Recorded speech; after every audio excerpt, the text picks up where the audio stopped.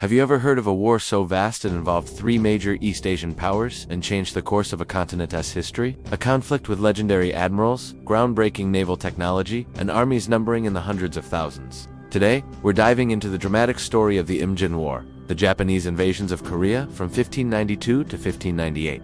This wasn't just a border skirmish. It was an all-out invasion launched by one of Japan's most ambitious leaders, Toyotomi Hideyoshi. Fresh from unifying a war-torn Japan after a century of civil war, Hideyoshi had his sights set on a much bigger prize, conquering Ming Dynasty China. But to get there, he had to go through Korea. He demanded safe passage for his massive army, but Korea's Joseon dynasty, a loyal tributary state to the Ming, refused. And so, the war began.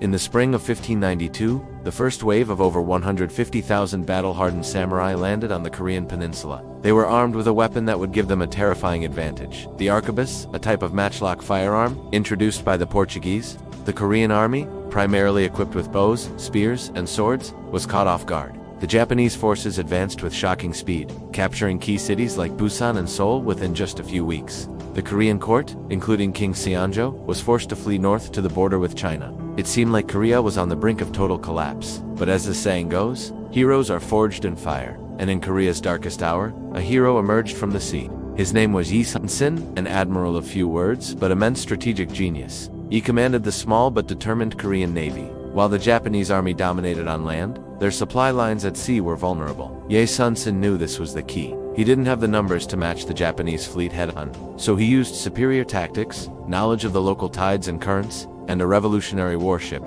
Enter the legendary turtle ship, or Geobuxian. This wasn't your average vessel. It was a powerfully built ship, covered with an arched iron-plated roof to deflect cannonballs and arrows. Spikes on the roof discouraged enemy soldiers from boarding. From the front, a dragon's head could spew out smoke to obscure the battlefield, and from its sides, a fearsome array of cannons could unleash devastating broadsides. It was essentially a 16th century floating fortress, a marvel of naval engineering designed for one purpose: to smash enemy fleets. With his brilliant strategies and these incredible ships, Admiral Yi began to turn the tide. In a series of stunning naval victories, like the Battle of Hansen Island, he decimated Japanese supply fleets.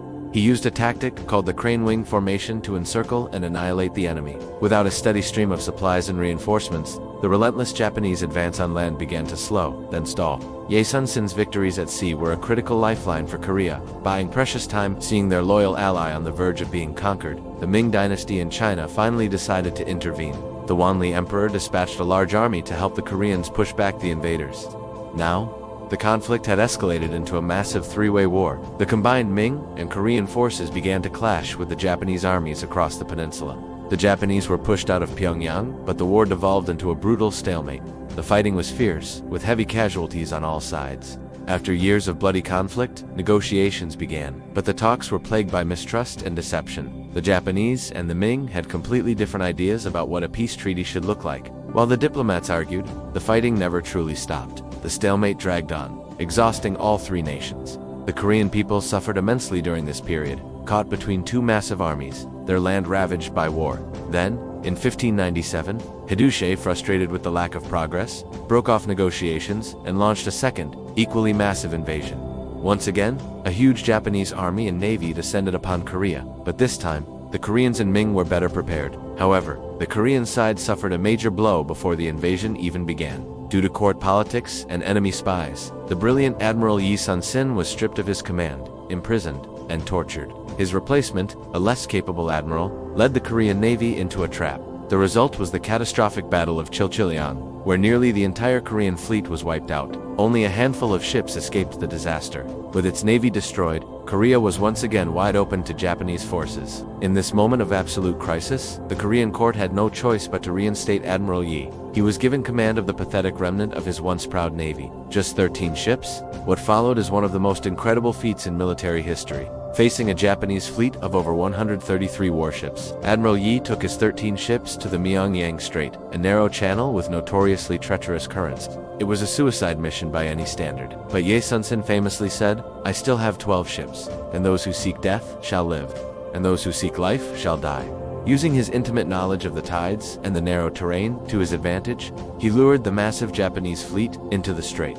In the ensuing battle, Ye's tiny squadron miraculously defeated the Japanese fleet, sinking over 30 ships without losing a single one of his own. The Battle of Myeongyang is a testament to the idea that with courage and brilliant leadership, the impossible can be achieved. This incredible victory once again crippled Japan's ability to resupply its forces.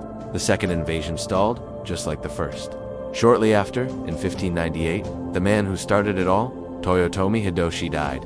His final order was for all Japanese forces to withdraw from Korea. The long, devastating war was finally coming to an end, but there was one final, tragic act to play out. As the Japanese forces retreated, Admiral Yi was determined to not let them escape without paying a final price. He pursued the withdrawing fleet, leading to the final naval engagement of the war, the Battle of Noryang. It was another great victory for the Allied forces, but during the fierce fighting, Admiral Yi was struck by a stray bullet. His final words were, "The battle is at its height. Do not announce my death." His men fought on, winning the battle, and the war was over. The Imjin War left a deep and lasting legacy. For Korea, it was devastating. The country was ravaged, its population decimated, and its economy shattered. But it also forged a powerful sense of national identity and gave them legendary heroes like Yi Sun-sin from Ming China. The massive cost of the war drained its treasury and weakened its military, contributing to its eventual fall to the Manchus a few decades later. For Japan, the failed invasion marked the end of the Toyotomi clan and paved the way for the rise of Tokugawa Ieyasu, who would establish a shogunate that would rule Japan for over 250 years, ushering in a long period of isolation. The Imjin War was a pivotal moment in East Asian history, a colossal conflict that reshaped the destinies of three nations. It's a story of ambition, heroism, tragedy, and the incredible resilience of the human spirit. Thank you so much for joining me on this deep dive into history. If you found this story as fascinating as I do, please hit that like button, subscribe for more epic tales, and let me know in the comments which historical event you'd like to see covered next. See you in the next video.